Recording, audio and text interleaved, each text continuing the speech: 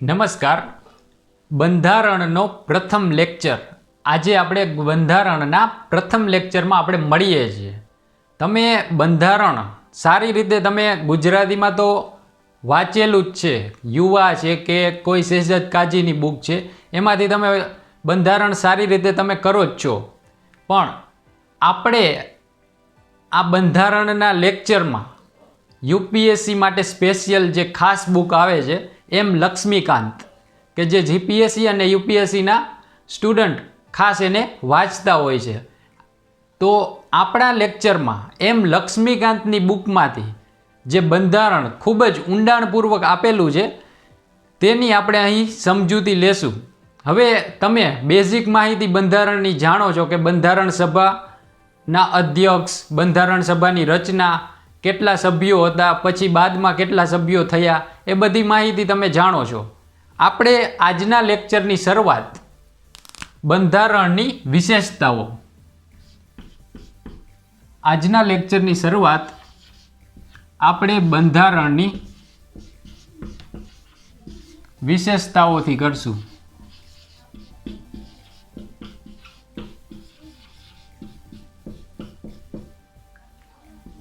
બંધારણમાં શું શું વિશેષતાઓ છે, આપણું ભારતનું બંધારણ રચવામાં આવ્યું તો તેની ખાસિયત શું છે, એ બધી જ માહિતી આપણે આ બંધારણની વિશેષતામાં આપણે લેવાના છીએ. જેમાં આજે આપણે 8 વિશેષતાઓ, ટોટલ 16 વિશેષતાઓ આપણે જે એમ લક્ષ્મીકાંત બુક છે એમાં આપેલી છે. એમાં આજના લેક્ચરમાં 8 વિશેષતાઓ લેવાના છે. એમાં પ્રથમ જ વિશેષતા એ છે કે સૌથી લાંબુ લિખિત બંધારણ.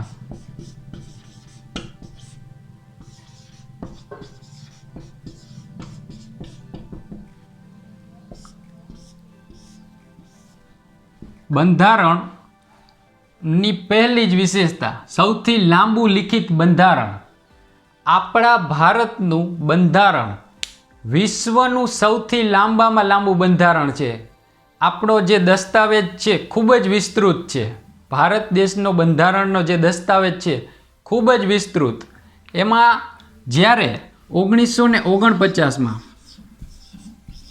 બંધારણને અપનાવવામાં આવ્યું ત્યારે 395 અનુચ્છેદો હતા. 8 અનુસૂચિઓ હતી.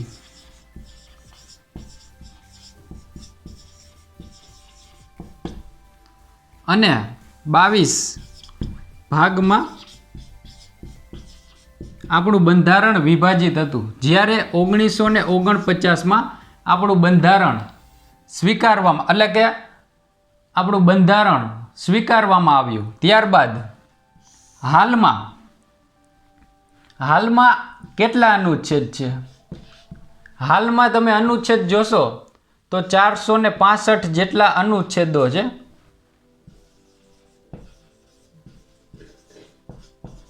બાર અનુસૂચિઓ છે.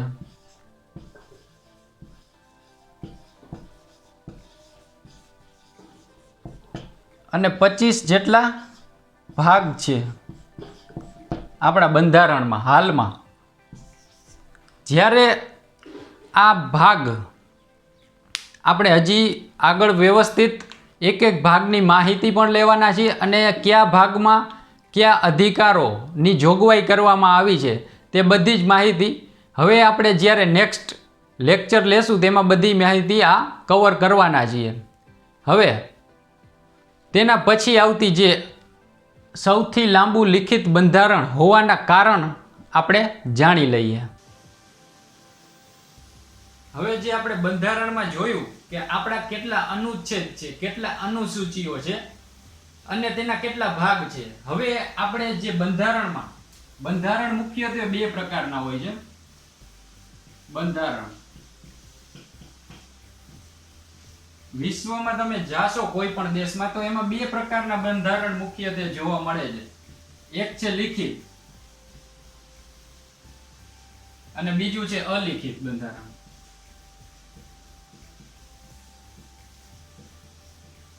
હવે આપણે ભારત અને અમેરિકાનું બંધારણ લેખિતમાં છે, એટલે કે આપણે લેખિત સ્વરૂપમાં, દસ્તાવેજ સ્વરૂપમાં આપણું બંધારણ અવેલેબલ છે. જ્યારે બ્રિટન દેશ છે તેનું બંધારણ અલિખિત છે, એનું કોઈ લેખિત દસ્તાવેજ નથી. હવે આ બંધારણ બે પ્રકારના હોય, એમાં આપણું લેખિત બંધારણ છે એ ભારતમાં, અમેરિકામાં જોવા મળે. હવે આપણું આ બંધારણ છે તે લાંબુ, વિશ્વનું સૌથી લાંબુ બંધારણ બનવાનું કારણ શું? તો પહેલા જોઈએ તો ભારત શાસન અધિનિયમ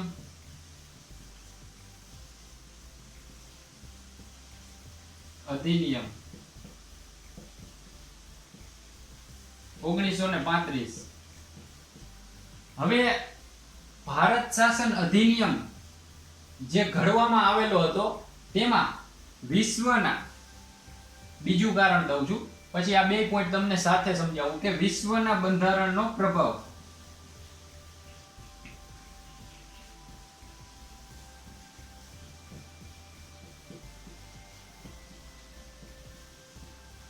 હવે તમને હું સમજાવું કે ભારતનું બંધારણ, આપણું જે બંધારણ છે એનો મોટો ભાગ એ ભારત શાસન અધિનિયમ 1935 માંથી લેવામાં આવેલો છે. મોટા ભાગની વસ્તુઓ તેમાંથી લેવામાં આવી છે.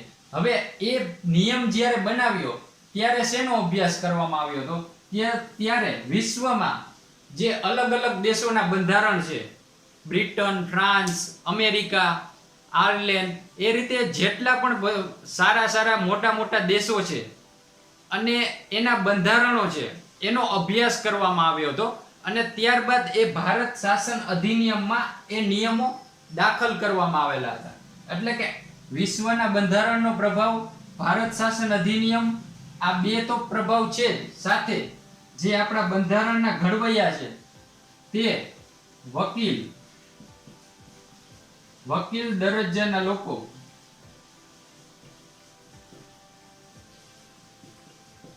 લોકોનો પ્રભાવ,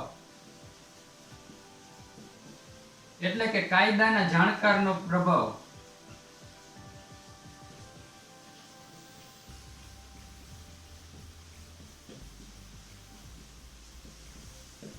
હવે જે હજી એક કારણ હતું, જ્યારે બંધારણ ઘડવામાં આવ્યું ત્યારે જમ્મુ કાશ્મીરને અલગ 370 ની કલમ થી અલગ રાજ્યનો દરજ્જો આપવામાં આવ્યો હતો. પણ હવે આ કલમ રદ કરવામાં આવી છે. એટલે કે આખા ભારતમાં એક જ બંધારણ, હવે એક જ બંધારણ આખા ભારતમાં લાગુ પડે છે.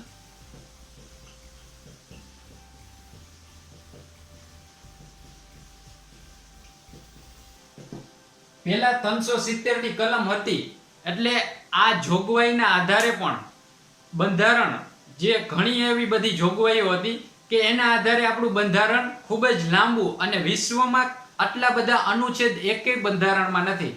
હાલમાં 465 અનુચ્છેદ, 12 અનુસૂચિ અને 25 જેટલા ભાગ છે.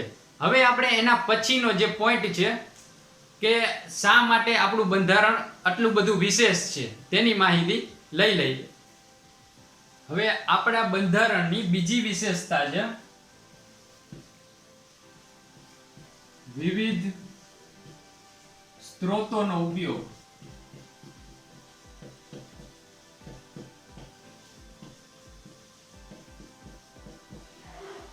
જ્યારે આપણું બંધારણ બનાવવામાં આવ્યું ત્યારે અલગ અલગ દેશના બંધારણનો અભ્યાસ કરવામાં આવ્યો હતો. ઘણા બધા દેશના બંધારણો, એક બે દેશ નહીં, Germany, France, Australia, America, Britain, આ બધા દેશના બંધારણનો અભ્યાસ કરવામાં આવ્યો હતો. ત્યારબાદ આપણા જે કાનૂનના જાણકાર છે એ લોકોએ બંધારણ બનાવ્યું હતું. જેમાં સૌથી મોટો બંધારણનો સૌથી મોટો સ્ત્રોત હોય તો છે ભારત શાસન અધિનિયમ.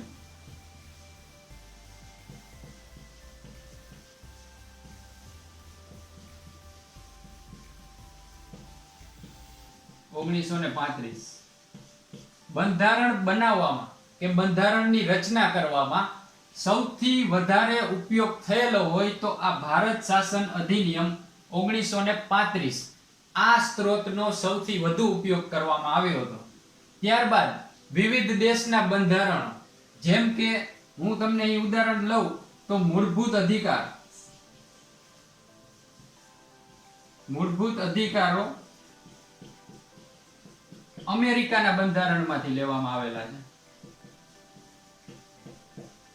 તેવી જ રીતે રાજનીતિના નીતિ નિર્દેશક તત્વો, રાજનીતિના નીતિ નિર્દેશક તત્વો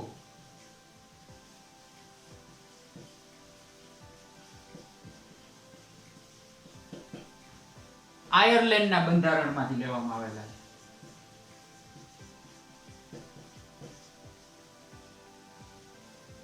પછી આપણી સંઘીય વ્યવસ્થા, સંસદીય વ્યવસ્થા, સંઘીય વ્યવસ્થા એ ક્યાંથી લેવામાં આવી છે?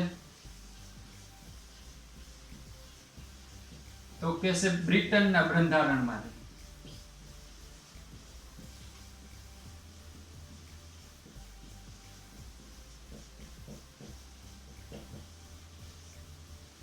આ બધા કારણોના હિસાબે આપણું બંધારણ લાંબુ પણ છે અને વિવિધ જે દેશોના બંધારણ છે તેનો અભ્યાસ કર્યો છે. તેના અનુભવના આધારે આપણા જે કાનૂનના જાણકાર વકીલો ડોક્ટર બાબા સાહેબ આંબેડકરે તો ગર્વથી કીધેલું કે આ જે આપણું ભારતનું બંધારણ બનાવવામાં આવ્યું છે તે ખૂબ જ વ્યવસ્થિત રીતે અન્ય દેશોના બંધારણનો અભ્યાસ કરીને પછી આપણા દેશનું બંધારણ રચવામાં આવ્યું છે.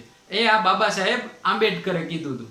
હવે જે આ બધા સ્ત્રોતો છે, હજી આપણે જ્યારે આગળ લેક્ચર લેશું ત્યારે તેમાં આ બધા સ્ત્રોત, હજી ઘણા બધા સ્ત્રોત એવા હશે કે કયા દેશના બંધારણમાંથી શું શું લીધી છે માહિતી, તે પણ આપણે આગળ જોઈશું.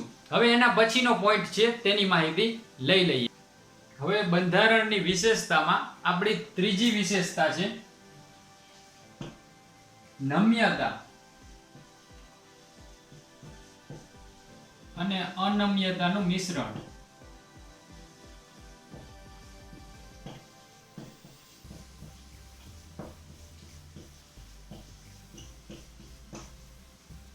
હવે પહેલા આપણે જોઈ લઈએ કે નમ્યતા કોને કહેવાય. નમ્યતા એટલે કે નરમ એવું બંધારણ કે તમારે કોઈ કાયદો બનાવવો હોય કે કોઈ નવા સુધારા કરવા હોય બંધારણમાં તો તમે તેને સરળતાથી કરી શકો, એને કહેવાય નમ્યતા. જેમ કે તમે અત્યારે માસ્ક ન પહેરો તો 1000 રૂપિયાનો દંડ છે, તો એવી જ રીતે આ એક સામાન્ય કાનૂન બનાવ્યો, એને આ જે માસ્ક ન પહેરો તો 1000નો દંડ છે એ સામાન્ય કાનૂન છે, તેમાં બંધારણમાં સંશોધન કરવાની જરૂર ન પડે. એવી જ રીતે જ્યારે તમારે બંધારણમાં સંશોધન કરવું હોય તો આ કેમ સામાન્ય કાયદો છે, એવું જ તમે સામાન્ય રીતે કોઈ પણ બંધારણમાં સંશોધન કરી શકો, એને કહેવાય નમ્યતા. એટલે કે તમે બંધારણમાં સુધારા કોઈ સામાન્ય કાયદાને બરાબર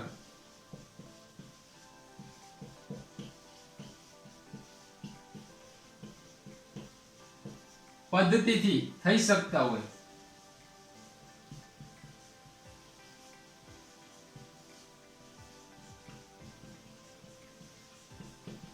તેને કહેવાય નમ્યતા. એટલે કે કોઈ વિશેષ જોગવાઈ ન હોય, તમારે બંધારણમાં સુધારો કરવો હોય તો કોઈ વિશેષ જોગવાઈની જરૂર ન હોય, તેને કહેવાય નમ્યતા. હવે આપણે જોઈ લઈએ અનમ્યતા. અનમ્યતા કોને કહેવાય? કે એવું કઠોર બંધારણ કે તેમાં સુધારો કરવા એવું કઠોર બંધારણ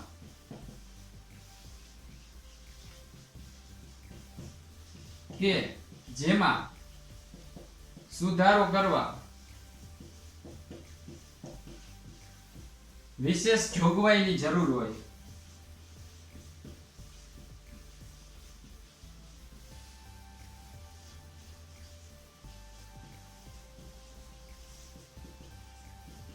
તેને અનમ્યતા કહેવાય.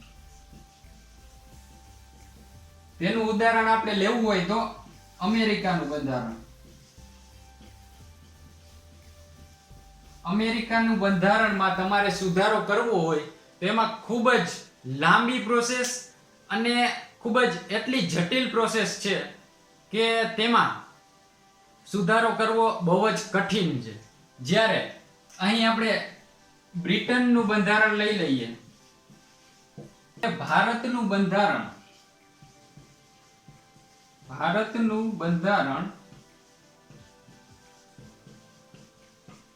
નમ્યતા અને અનમ્યતા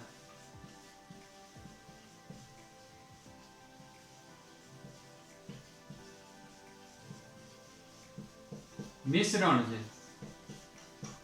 ભારતનું બંધારણ છે એ નમ્યતા અને અનમ્યતાનું મિશ્રણ છે. કઈ રીતે?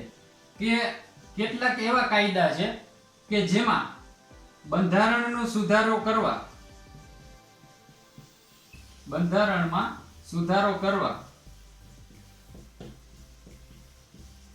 અનુચ્છેદ 368 માં અનુચ્છેદ 368 માં એમાં પહેલી જોગવાઈ છે કે કેટલાક સુધારા કરવા બંધારણમાં કેટલાક સુધારા કરવા સંસદની 2/3 વિશેષ બહુમતી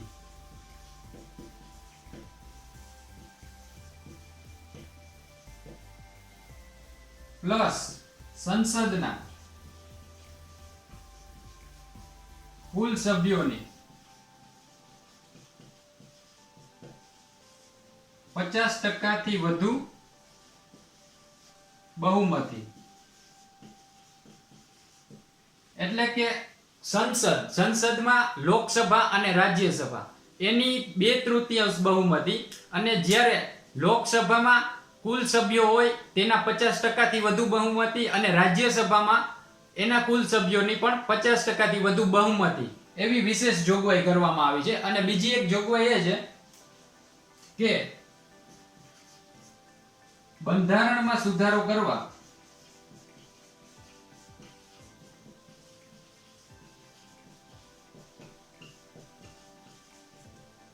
અનુચ્છેદ 368 અનુસાર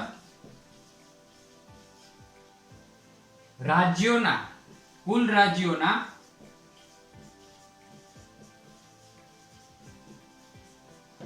50% થી વધુ બહુમત. એટલે કે તમારે કોઈ વિશેષ કાયદો ઘડવો છે જેમાં દેશ અને રાજ્ય બંનેનો લગતો હોય અને તેના સંબંધિત રાજ્યને પણ લગતો હોય, તો તમારે કુલ રાજ્ય છે તેના 50% થી વધુ બહુમતની પણ જરૂર રહેશે, જે અનુચ્છેદ 368 માં ઉલ્લેખ કરેલો છે. નમ્યતા અને અનમ્યતા એમાં કેટલાક એવા કાયદાઓ છે. નમ્યતા અને અનમ્યતામાં કેટલાક સુધારાઓ સામાન્ય બહુમતીથી પણ થઈ શકે છે.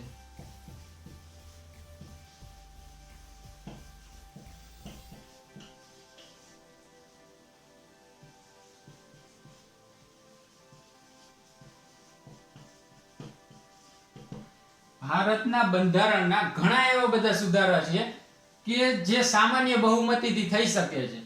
એટલે કે આપણા ભારતનું બંધારણ ન તો કઠોર છે અને ન નરમ છે. એટલે કે આપણું બંધારણ નમ્યતા અને અનમ્યતાનું મિશ્રણ છે. હવે આપણે જે આના પછીની વિશેષતા છે તેની માહિતી લઈ લઈએ. હવે ચોથી વિશેષતા લઈએ કે એકાત્મક પ્રણાલી અને સંઘીય વ્યવસ્થા.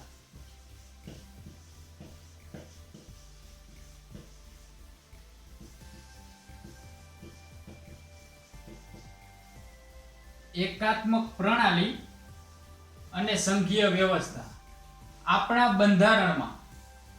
હવે આપણે સંઘીય વ્યવસ્થા જોઈએ, એના લક્ષણો શું છે? સંઘીય વ્યવસ્થા આપણા બંધારણમાં સંઘીય વ્યવસ્થાના લક્ષણો જોવા મળે છે. તો એના લક્ષણો શું છે? તો એમાં જોઈએ તો બે સરકાર એટલે કેન્દ્ર સરકાર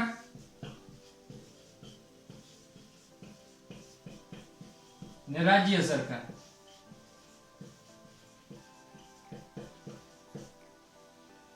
સર્વોચ્ચ અદાલત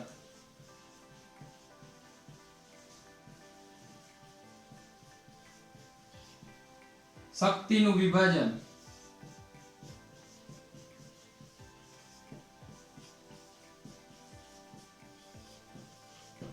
એકીકૃત ન્યાય પ્રણાલી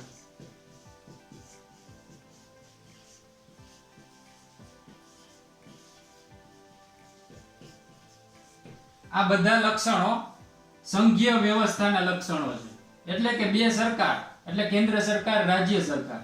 સર્વોચ્ચ અદાલત જે આપણે દિલ્હીમાં છે તે સર્વોચ્ચ અદાલત એટલે કે બધેથી સૌથી મોટી અદાલત કહીએ તો આપણી સર્વોચ્ચ અદાલત. ત્યારબાદ આવે રાજ્યની વડી અદાલત.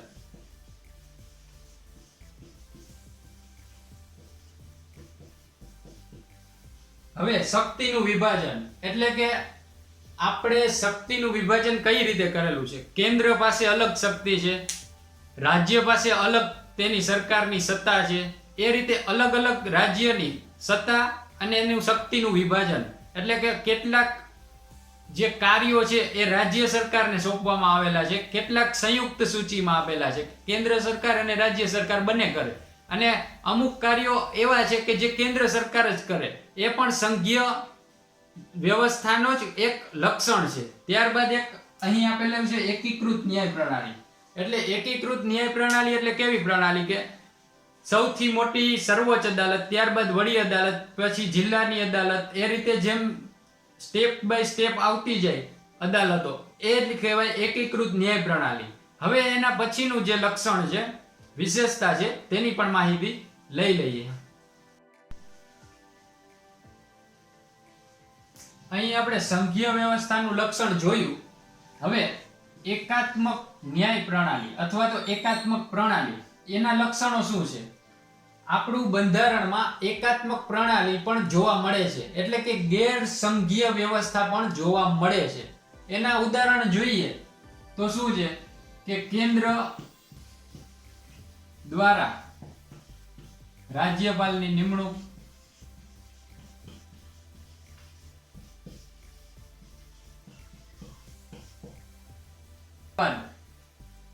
એકલ નાગરિકતા,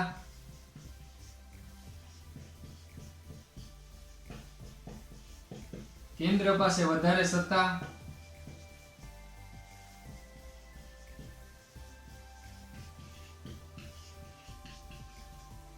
એકીકૃત ન્યાય પ્રણાલી,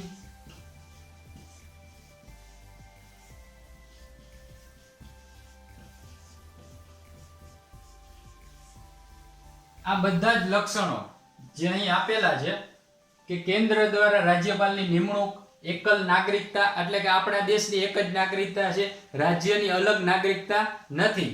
ત્યારબાદ કેન્દ્ર પાસે વધારે સત્તા, અમુક કાયદાઓ કેન્દ્ર જ બનાવી શકે છે, એકીકૃત ન્યાય પ્રણાલી હમણાં જ આપણે જોયું. ત્યારબાદ હવે આ બધા જ લક્ષણો છે એ કેવા લક્ષણો છે કે એકાત્મક પ્રણાલી સૂચવે છે. એકાત્મક એટલે એક પાસે જ એવા અમુક કાયદા ઘડવાના સત્તા હોય, અમુક નિયમો બનાવવાની સત્તા હોય, અમુક જ એકલ જ નાગરિકતા, એવા ઘણા બધા એક જ વસ્તુ હોય, એને કહેવાય એકાત્મક પ્રણાલી. હવે એના પછીનું આપણું જે બંધારણ છે તેમાં એકાત્મક પ્રણાલી અને સંઘીય વ્યવસ્થા હોવા છતાં પણ બંધારણમાં, ભારતના બંધારણમાં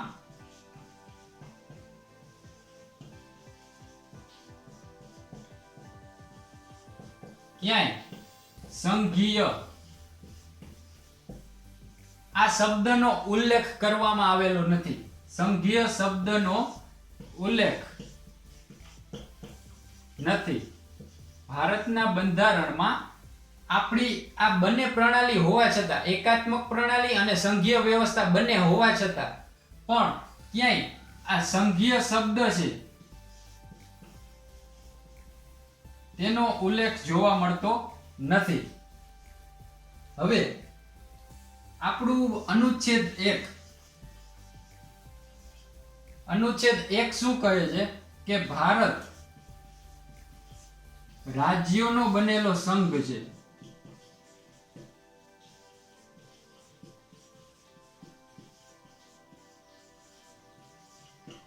એટલે કે અલગ અલગ રાજ્યો મળીને ભારત સંઘ બન્યો છે. હવે ભારતના કોઈ પણ રાજ્યને એવી સત્તા આપવામાં આવેલી નથી કે એવી કોઈ સમજૂતી કરવામાં આવેલી નથી. ભારતના રાજ્યને કોઈ પણ સંજોગે તે અલગ પણ થઈ શકતા નથી. એ આ અનુચ્છેદ 1 માં આવેલું છે. એટલે કે ભારત રાજ્યનો અખંડ બનેલો સંઘ છે. ત્યારબાદ હવે ભારતના બંધારણને અલગ અલગ નામ આપવામાં આવેલા છે, જે અલગ અલગ લોકોએ નામ આપેલા છે તે પણ માહિતી જોઈ લઈએ. હવે આપણે આ એકાત્મક પ્રણાલી અને સંઘીય વ્યવસ્થા આ બધા લક્ષણો જોયા, તેને આધારે અલગ અલગ લોકોએ અલગ અલગ ભારતીય બંધારણને નામ આપેલા છે. જેમ કે એકાત્મક ભાવનામાં સંઘ, એવું કોને કીધું? કેસી વેરે. કેસી વેરે નામના વ્યક્તિએ એમ કીધું કે એકાત્મક ભાવનામાં સંઘ એ ભારતીય બંધારણને નામ આપેલું. જ્યારે બાર્ગેનિંગ ફેડરલિઝમ મોરિસ જોન્સ નામના વ્યક્તિએ ભારતીય બંધારણને કહેલું છે. જ્યારે કોઓપરેટિવ ફેડરલિઝમ કોને કહ્યું? તો કે ગ્રેનિવલ ઓસ્ટિન નામના વ્યક્તિએ આપણા બંધારણને કોઓપરેટિવ ફેડરલિઝમ કહેલું છે. જ્યારે ફેડરલિઝમ વિથ અ સેન્ટ્રલાઇઝ ટેન્ડન્સી એવું કોને કીધું? આઇવર જેગ્નિસ નામના વ્યક્તિએ આપણા બંધારણને ફેડરલિઝમ વિથ અ સેન્ટ્રલાઇઝ ટેન્ડન્સી આઇવર જેગ્નિસ નામના વ્યક્તિએ કહેલું છે. હવે આ નામ અને આ જે નામો આપેલા છે આપણા બંધારણને, એ ખાસ યાદ રાખવા, કારણ કે કોઈ પરીક્ષામાં આ પૂછી શકે કે બાર્ગેનિંગ ફેડરલિઝમ આપણા બંધારણને કોને કહ્યું? તો એમાં આવશે મોરિસ જોન્સ. એ રીતે કોઈ પણ નામ પૂછી શકે આ નામ કોને આપ્યું. હવે એના પછીની જે આપણે વિશેષતા છે તેની પણ માહિતી લઈ લઈએ. હવે તેના પછીની વિશેષતા છે સરકારનું સંસદીય રૂપ.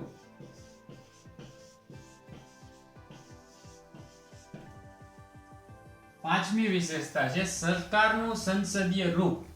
એટલે કે આપણું બંધારણ અમેરિકાના બંધારણની જેમ પ્રમુખ પ્રણાલી નથી. એટલે કે રાષ્ટ્રપતિ સર્વોચ્ચ નથી. આપણા બંધારણમાં રાષ્ટ્રપતિનું સર્વોચ્ચ પદ છે, પણ આપણા બંધારણમાં જે બ્રિટનનું બંધારણ છે કે તેમાં સંસદીય જે પ્રણાલી છે તે અપનાવવામાં આવી છે. જે અમેરિકાના બંધારણમાં પ્રમુખ પ્રણાલી અપનાવવામાં આવેલી છે. હવે જે સરકારનું સંસદીય રૂપ એટલે કે આપણા બંધારણમાં અમેરિકાના બંધારણની જેમ પ્રમુખ પ્રણાલી અપનાવેલી નથી, પરંતુ બ્રિટનના બંધારણની સંસદીય પ્રણાલી છે તે અપનાવેલી છે. જે અમેરિકામાં પ્રમુખ પ્રણાલી છે,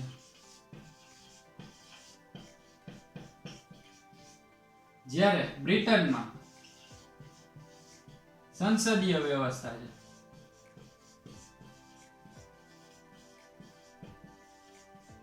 જે આપણા ભારતે આ સંસદીય વ્યવસ્થાને અપનાવેલી છે. પ્રમુખ પ્રણાલીમાં શું હોય કે સત્તાની વહેંચણી કરેલી હોય, ચોક્કસ સત્તાની વહેંચણી હોય. જ્યારે સંસદીય વ્યવસ્થામાં ધારાસભા અને કારોબારી અથવા તો કાર્યપાલિકા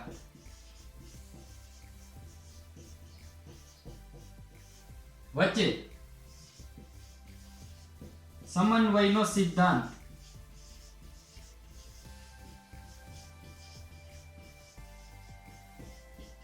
અપનાવેલો હોય છે.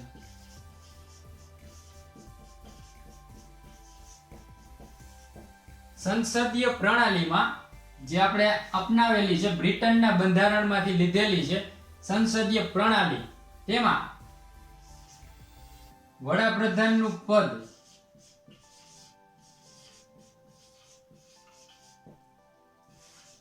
ખૂબ જ મહત્વનું હોય છે.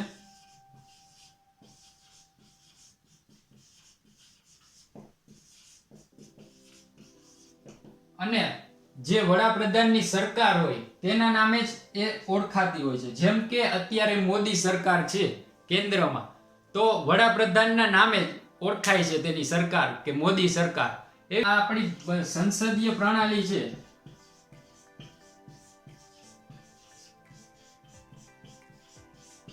એને કયા નામે ઓળખવામાં આવે છે? તો વેસ્ટમિન્સ્ટર રૂલ. વેસ્ટમિન્સ્ટર રૂપ.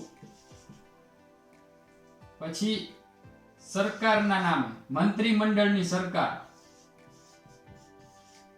સરકારનું નામ અથવા તો મંત્રીમંડળની સરકાર, આ નામે પણ જે સંસદીય પ્રણાલી છે તેને ઓળખવામાં આવે છે. હવે જે આપણી સંસદીય પ્રણાલી છે તેમાં અમુક આ પ્રણાલીમાં કેન્દ્રમાં કેમ સંસદ છે, એટલે કે રાજ્યસભા ને લોકસભા, તેવી જ રીતે રાજ્યમાં પણ વિધાનસભા અને વિધાન પરિષદ.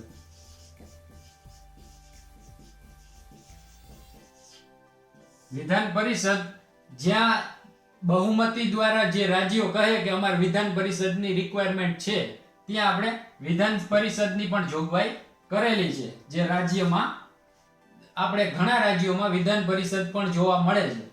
હવે આ જે આપણે સંસદીય પ્રણાલી છે, હવે સંસદીય પ્રણાલીમાં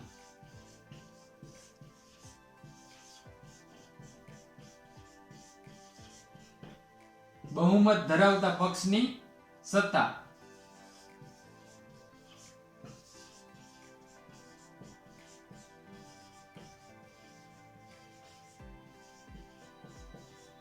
જે પક્ષ બહુમત ધરાવતો હોય તેની જ સત્તા રચાય છે. ત્યારબાદ જે સત્તા ધરાવતો હોય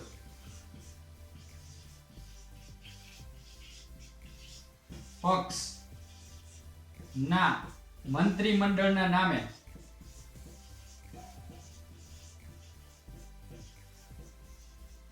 સરકારનું નામ રચાય છે અથવા તો ઓળખાય છે.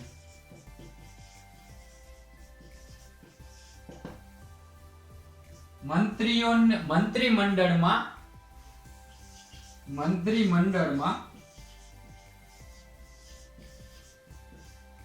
મંત્રીઓની સત્તાની વહેંચણી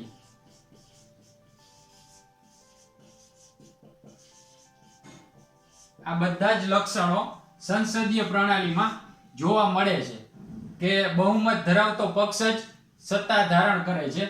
પછી જે મંત્રીમંડળ હોય, મેં તમને જણાવ્યું ને કે મોદી સરકાર એના નામે જ ઓળખાય છે, તે આ જે મંત્રીમંડળ છે તેના નામે ઓળખાય છે. ત્યારબાદ મંત્રીમંડળમાં મંત્રીઓની સત્તાની વહેંચણી, એટલે કે અલગ અલગ મંત્રીઓને અલગ અલગ સત્તા આપવામાં આવે છે, જે સંસદીય પ્રણાલીમાં જોવા મળે છે. ત્યારબાદના હવે એક લાક્ષણિકતા છે તે પણ જોઈ લઈએ. હવે ભારતીય બંધારણની છઠ્ઠી વિશેષતા છે સંસદીય સંપ્રભુતા અને ન્યાયિક સર્વોચ્ચતાનો સમન્વય. સંસદીય સંપ્રભુતા અને ન્યાયિક સર્વોચ્ચતાનો સમન્વય એટલે કે શું? સંસદીય સંપ્રભુતા અને ન્યાયિક સર્વોચ્ચતા એ બે અલગ અલગ ટર્મ અહીં આપેલા છે, જેમાં સંસદ તેની જગ્યાએ સર્વોચ્ચ છે અને ન્યાયપાલિકા તેના સ્થાને સર્વોચ્ચ છે. પણ જે આ સંસદની સંપ્રભુતા, આ નિયમ છે એ બ્રિટિશ સંસદના બંધારણમાંથી કે બ્રિટિશના બંધારણમાંથી લેવામાં આવેલો છે. જ્યારે ન્યાયપાલિકાની સર્વોચ્ચતા, જે આ સિદ્ધાંત છે ન્યાયપાલિકાની સર્વોચ્ચતા, આ સિદ્ધાંત અમેરિકાના બંધારણમાંથી લેવામાં આવેલો છે. હવે અમેરિકામાં વિધિ દ્વારા નક્કી કરેલા પ્રક્રિયા દ્વારા જે કાયદો એને અમલ કરવામાં આવે છે અને સર્વોચ્ચ અદાલત તેની સર્વોચ્ચતા દ્વારા તેને નક્કી કરે છે. એટલે કે વિધિ દ્વારા નક્કી કરેલ પ્રક્રિયા એટલે કે બંધારણમાં ઉલ્લેખ પ્રક્રિયા, બંધારણમાં ઉલ્લેખ કરેલ પ્રક્રિયા એટલે કે બંધારણ આપણે કેમ સર્વોચ્ચ છે તેવી રીતે ત્યાં સર્વોચ્ચ અદાલત, અમેરિકાની સર્વોચ્ચ અદાલત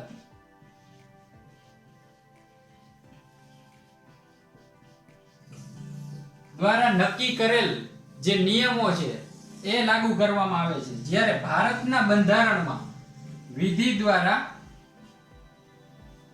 સ્થાપિત કરેલી પ્રક્રિયા એટલે કે વિધિ દ્વારા સ્થાપિત કરેલી પ્રક્રિયા એટલે શું? કે જે સંસદ કાયદો ઘડે, સંસદ જે કાયદો ઘડે તેનો અમલ કરવાની જવાબદારી સર્વોચ્ચ અદાલતને આપેલી છે. એટલે કે કોઈ પણ કાયદો વિધિ દ્વારા સ્થાપિત કરી પછી તેને અમલ કરવાની જવાબદારી સર્વોચ્ચ અદાલતને આપવામાં આવેલી છે, જે ભારતના બંધારણમાં છે.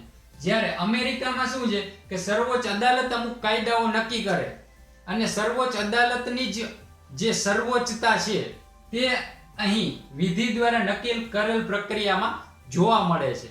જ્યારે આપણા ભારતના બંધારણમાં જે સંસદ, આપણી જે સંસદની છે તેની સંપ્રભુતા, સંસદ પણ તેની જગ્યાએ એક તેનું સ્થાન ધરાવે છે, તેવી જ રીતે ન્યાયપાલિકા પણ તેની જગ્યાએ સર્વોચ્ચ છે, જે આ લાક્ષણિકતા આપણને સમજાવે છે. હવે એના પછીની જે લાક્ષણિકતા છે તે પણ જોઈ લઈએ. હવે સાતમું જે લાક્ષણિકતા અથવા તો વિશેષતા છે કે એકીકૃત તેમજ સ્વતંત્ર ન્યાયપાલિકા.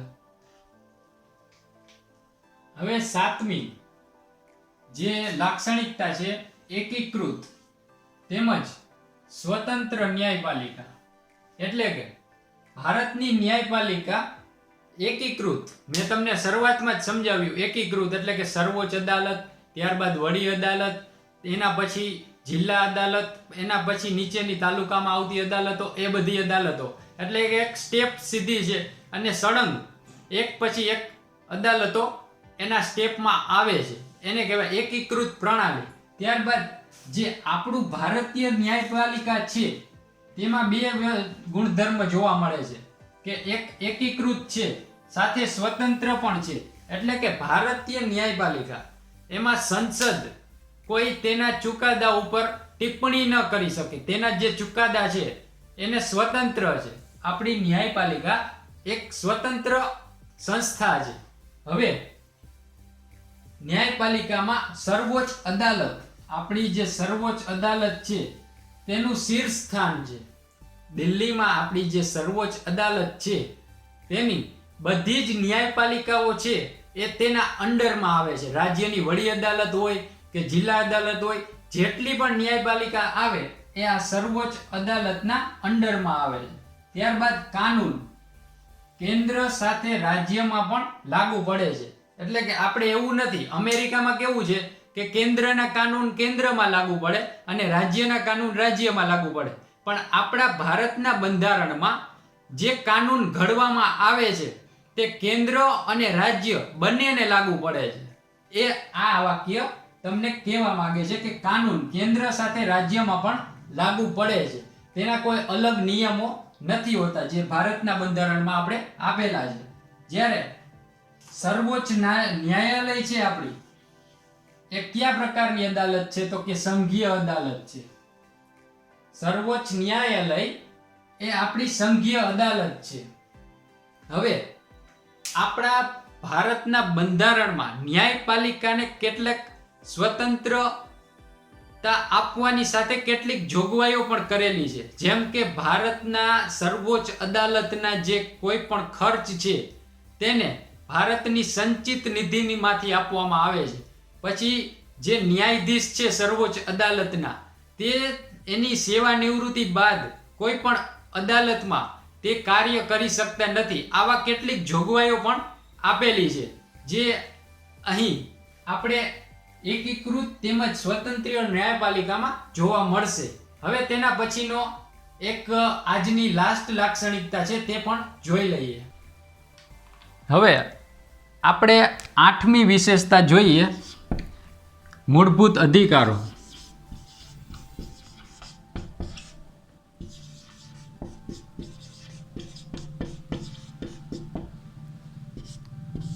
બંધારણમાં મૂળભૂત અધિકારોની પણ વિશેષતા અને એક અલગ એક ભાગ જ આપેલો છે કે મૂળભૂત અધિકારો કયા કયા છે. બંધારણના ભાગ 3માં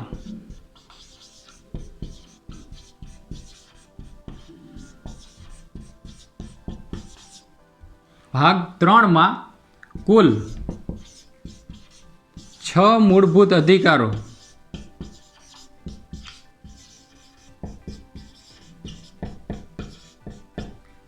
આપવામાં આવેલ છે.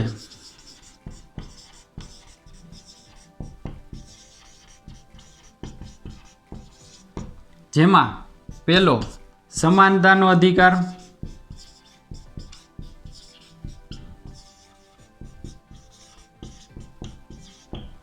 બીજો સ્વતંત્રતાનો અધિકાર,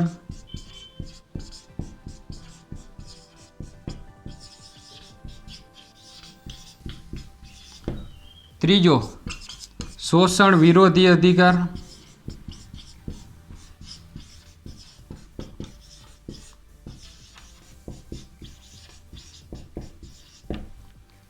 ચોથો સંસ્કૃતિ અને શૈક્ષણિક અધિકાર,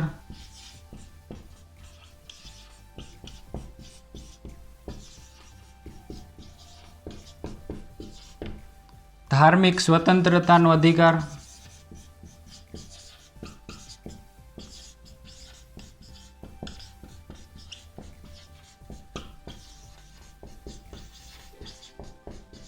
અને છઠ્ઠો બંધારણીય ઇલાજનો અધિકાર.